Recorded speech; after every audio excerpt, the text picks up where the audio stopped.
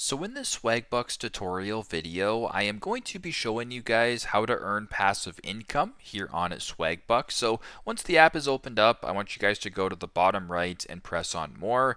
Now you're probably thinking to yourself, how is it possible to earn passive income on Swagbucks when the whole point of the app is to do surveys, to play games, earn, etc., and kind of earn over time? Well, the only way you guys can earn passive income is by going to where it says more ways to earn and find the refer tab. Press on the refer button right here, and this is your referral link. If you share this with people, you will earn 10% of their lifetime earnings. So if you're a big influencer or have a following, etc., all you got to do is sign up people using this referral link. And if that happens, 10% of all the SB or the swag bucks they earn over time, you'll get. And it's as simple as that. So you don't have to do anything but share the link, and you have the potential to earn passive income through swag bucks for the rest of your life. So pretty simple, pretty straightforward, but that's how you guys can earn passive income here on Swagbucks. Thanks again for watching, and I hope this video helps.